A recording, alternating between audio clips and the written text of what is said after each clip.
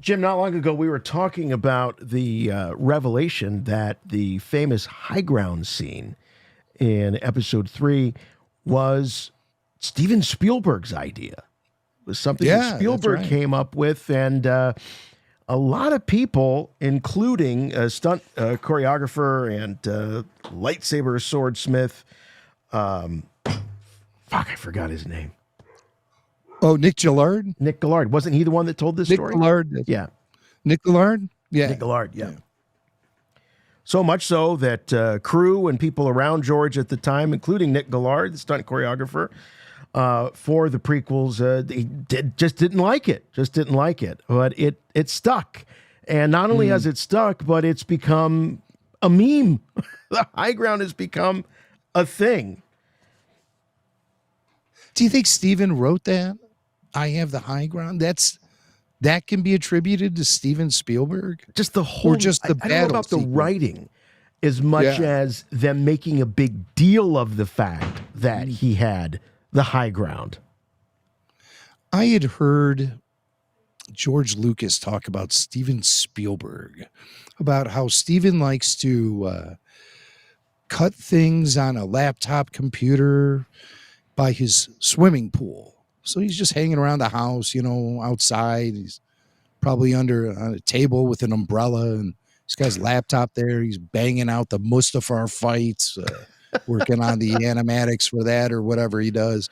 And when George said that, he was like, yeah, Steven likes to, I don't know, work on it while he's sitting on a swimming pool. Like Steven's just a nut, Like George could never, ever imagine doing something like that.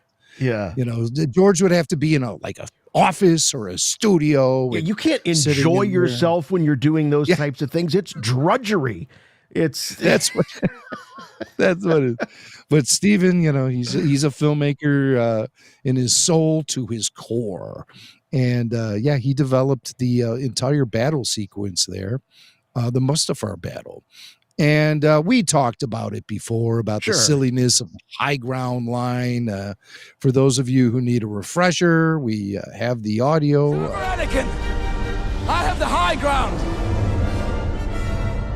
So the high ground, famous line. What does it mean? What, a Jedi can't attack another Jedi because he's up a little higher than, if the Jedi comes at me, I jump on a table. It's over. Yeah, that's all you need to do. Once you get that high ground.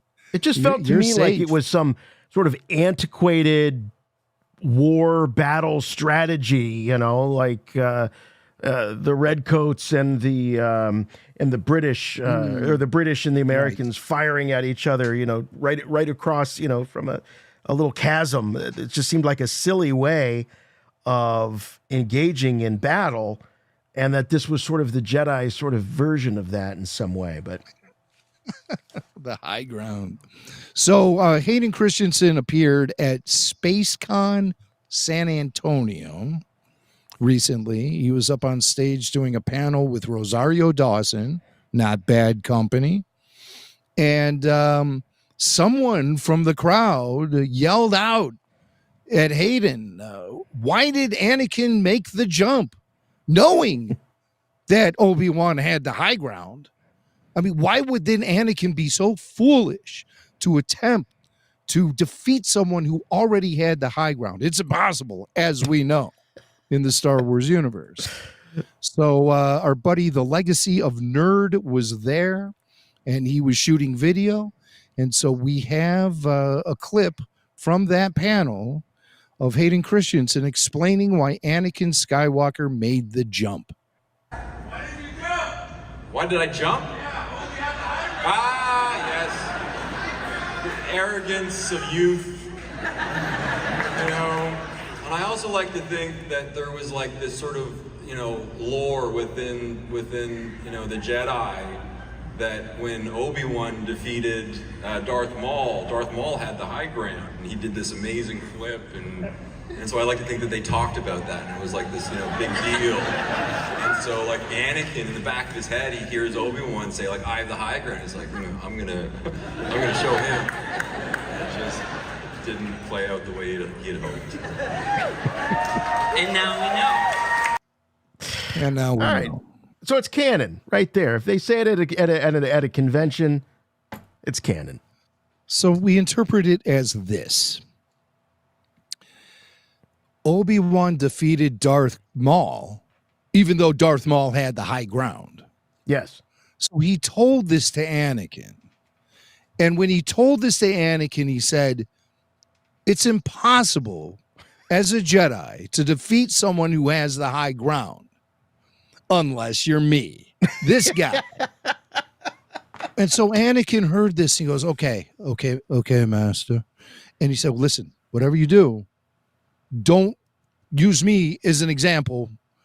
Never, whatever you do, no matter what's happening in the heat of battle, if someone has a high ground, never, ever make an attempt to try to continue the duel because it's over. And Anakin's, okay, master, but you defeated Darth. No, Anakin, no. I said, don't use me as an example. Right. You'll get yourself killed. Trust me, especially on lava planets, dude. Especially on lava. Maybe Obi-Wan had like a vision of the future. He's like, oh, that doesn't look good. Oh, I got to start BSing Anakin at an early age so he doesn't try to make that jump. Otherwise, he's going to be they're going to start calling his new name they're not going to call him Anakin anymore. He'll be known as Matt because he's going to be a floor mat sitting there on the shores of lava on the planet Mustafar. So that's how we break all that down. Mm-hmm. That's how we interpret according that. To Hayden, yeah. According to Hayden. It's the best theory I've heard. So now we've turned all canon over to Hayden Christensen. So whenever like they have a question on the set of a streaming series, it's like, should these bikes have tassels on them? You have to call Hayden Christensen. Yeah, let's call Hayden. He'll know the answer. He's like Mikey from the Life cereal commercials. Let's call Hayden. He hates everything. What? We can keep the tassels? He likes it. Hey, Hayden.